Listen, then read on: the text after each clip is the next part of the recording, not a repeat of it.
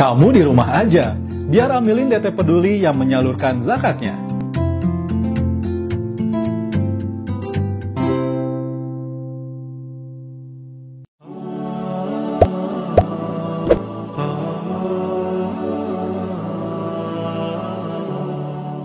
Assalamualaikum warahmatullahi wabarakatuh. Alhamdulillahilladzi hadana li hada wa ma kunna linahtadiya laula an hadanallah. Asyhadu an la ilaha illallah wahdahu la syarikalah wa asyhadu anna Muhammadan abduhu wa rasuluh alladzi la nab'ad. Allahumma shalli wa sallim ala nabiyyina Muhammad wa ala alihi wa sahbihi ajmain amma ba'd. Sahabat peduli yang dirahmati Allah Subhanahu wa taala, seringkali di antara kita banyak yang beranggapan bahwa sejahtera itu adalah mereka yang memiliki kehidupan yang layak di dunia ini. Mereka yang memiliki rumah yang besar, kendaraan yang mewah, kemudian gaji yang besar, itulah orang-orang yang sejahtera.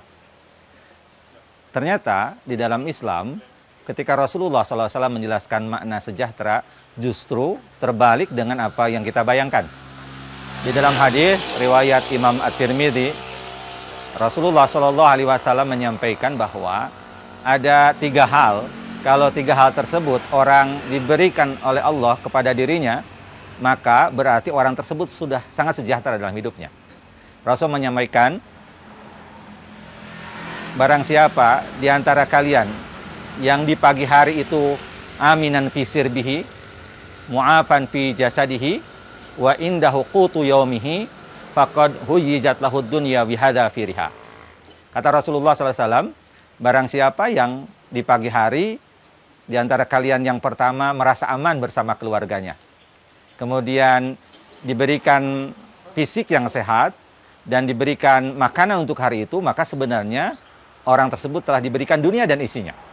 Jadi hanya ada 3 yang menjadikan ciri kesejahteraan dalam Islam menurut Rasulullah SAW.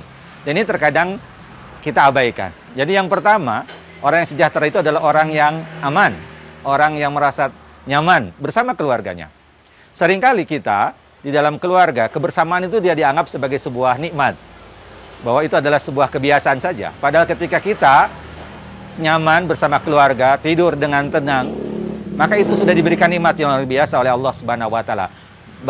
Bayangkan saudara-saudara kita yang di Timur Tengah, di Palestina, di Syria, dan juga daerah-daerah konflik lainnya, yang mereka tidur pun tidak merasa tenang. Kenapa? Karena suara desingan peluru terdengar sepanjang malam, sehingga mereka tidak tenang menjalani hidup ini.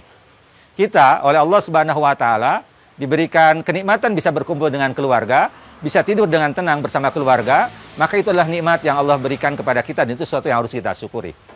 Yang kedua, kata Rasulullah SAW adalah mu'afan fi jasadihi, orang yang diberikan kesehatan.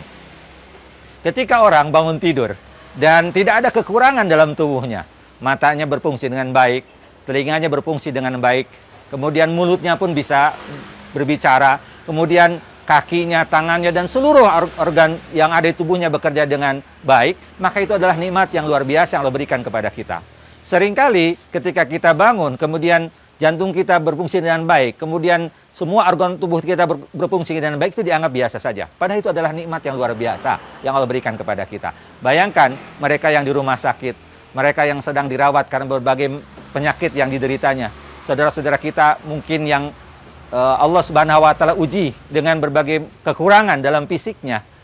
Maka ketika kita oleh Allah Subhanahu wa taala dibangunkan dalam keadaan sehat, maka itulah sesuatu yang harus kita syukuri.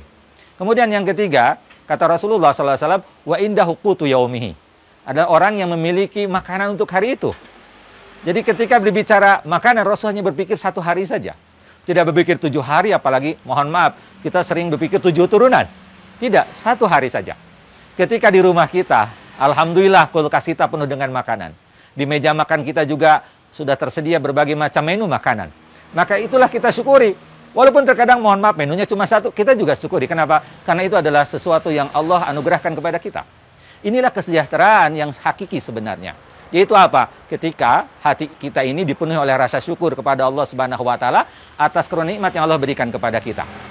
Walaupun mohon maaf, terkadang nikmat itu adalah sesuatu yang biasa, tapi kita coba melihatnya dari sudut pandang yang lain, sehingga dengan demikian kita bisa mensyukuri.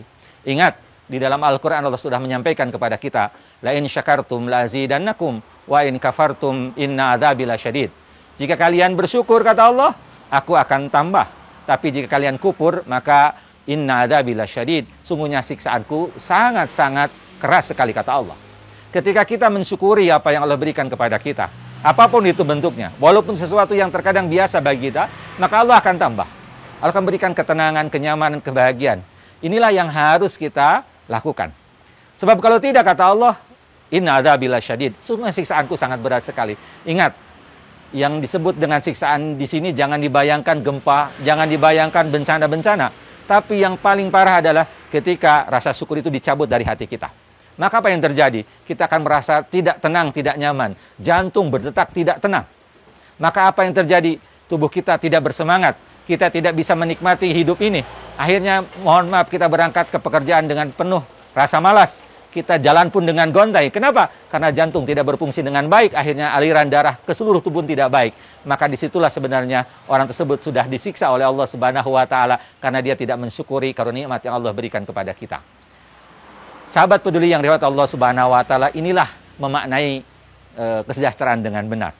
Maka dengan mensyukuri apapun yang Allah berikan kepada kita, insya Allah ini akan menjadi jalan. Allah akan memberikan nikmat yang jauh lebih banyak, yang jauh lebih berkah bagi kita semuanya. Dan lebih dari itu, mudah-mudahan dengan mensyukuri Allah Subhanahu wa Ta'ala menjadikan kita orang-orang yang dicintainya. Demikian, terima kasih. Assalamualaikum warahmatullahi wabarakatuh.